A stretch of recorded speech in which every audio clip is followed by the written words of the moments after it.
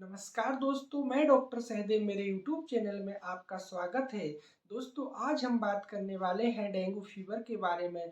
दोस्तों, हर साल dengue fever से हजारों लोगों की मौत होती है और लाखों लोग डेंगू फीवर से ग्रसित होते हैं। दोस्तों, आज हम इसी के बारे में चर्चा करेंगे।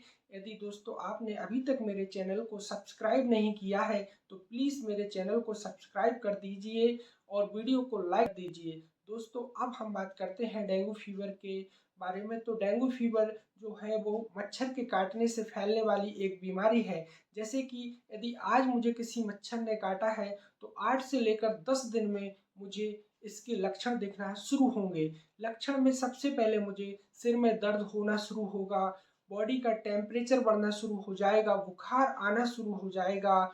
उसके बाद मुझे उल्टी की इच्छा होना शुरू होगी, उल्टियाँ होना शुरू हो जाएंगी, मेरी आँखों में दर्द होना शुरू हो जाएगा, बॉडी पेन शुरू हो जाता है, शरीर में दर्द होने लगता है, जोड़ों में दर्द होने लगता है। यह सभी मुझे लक्षण दिखना शुरू हो जाएंगे यदि मुझे डेंगू फीवर हुआ है। आइए अब हम बात करते हैं इसके सीवियर लक्षणों की, जो कि गंभीर समस्या होने पर दिखाई देते हैं। तो उसमें हमें पेट में बहुत ज़्यादा दर्द होना शुरू हो जाएगा, हमारी नाक से खून आने लगता है, हमारे मसूड़ों से खून आने लगता है। हम जब उल्टी करते हैं तो हमें उल्टी में ब्लड आना शुरू हो जाता है और स्टूल में ब्लड आना शुरू हो जाता है। ये सभी डेंगू के सीवियर लक्षण हुए थे दोस्तों। दोस्तों, इसके लिए हम इन्वेस्टिगेशन में एक सीबीसी की रिपोर्ट कराकर देखते हैं, जिसमें हमें प्लेटलेट्स के काउंट्स बहुत कम दिखाई देते हैं।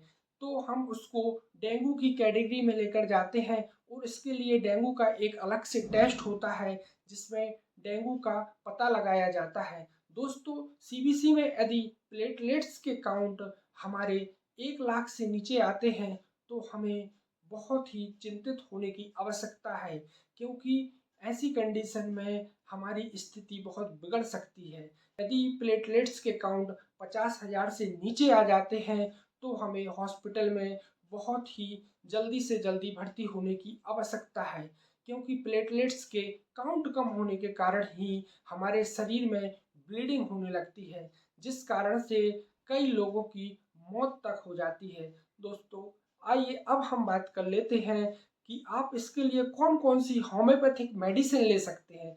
तो दोस्तों, डेंगू के लिए आप इपिटोरियम पर 200 पोटेंसी में प्रिवेंशन के तौर पर यदि रेगुलर उपयोग करते हैं, जब आपको लग रहा है कि आपके क्षेत्र में, आपके गांव में, आपके शहर में यदि डेंगू फीवर फैल रहा है, वहां पे डेंगू के मरीज मिल रहे हैं, तो आप इपिटोरियम 200 पोटेंसी में दिन में 2 बार लेना शुरू कर दीजिए। आपको डेंगू फीवर नहीं होगा। दोस्तों, अगली मेडिसिन की हम बात कर लेते हैं। तो जलसीमियम 30 पोटेंसी में, जलसीमियम 30 पोटेंसी में आप दिन में 2 बार लीजिए, 2-2 बूंद सुबह और शाम। इससे आपको डेंगू फीवर में होने वाले बुखार और दर्द में राहत मिलेगी। दोस्तों, अगली मेडिसिन की हम बात कर लेते हैं, बेलाडोना 30 पोटेंसी।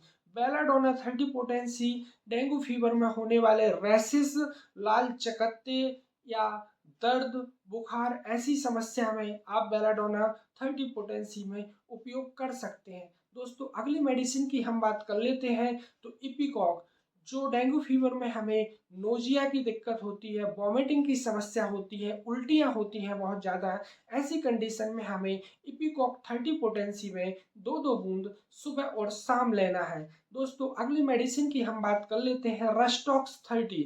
दोस्तों, रस्टॉक्स 30 होम्योपैथिक की बहुत अच्छी मेडिसिन मानी जाती है।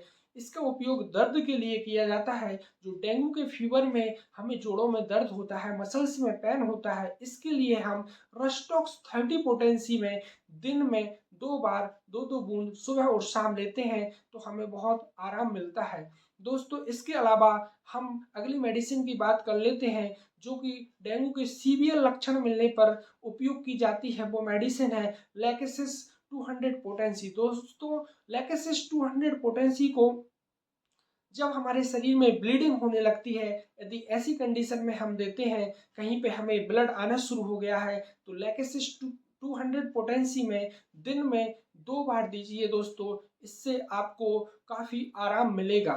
दोस्तों अगली मेडिसिन की हम बात कर लेते हैं, जो है कैरिका पपाया।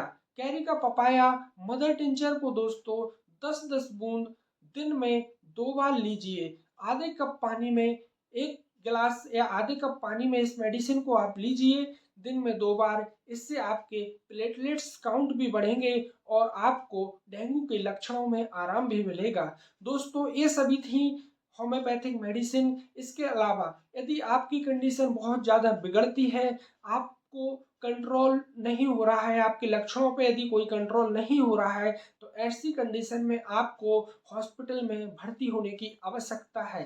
तो दोस्तों यदि आपको डेंगू की समस्या है या यदि आपके किसी घर परिवार में किसी को डेंगू की समस्या है, तो ऐसी कंडीशन में आप इन सभी मेडिसिन का उपयोग कर सकते हैं और डेंगू से बच सकते हैं, डेंगू से निजात पा सकते हैं।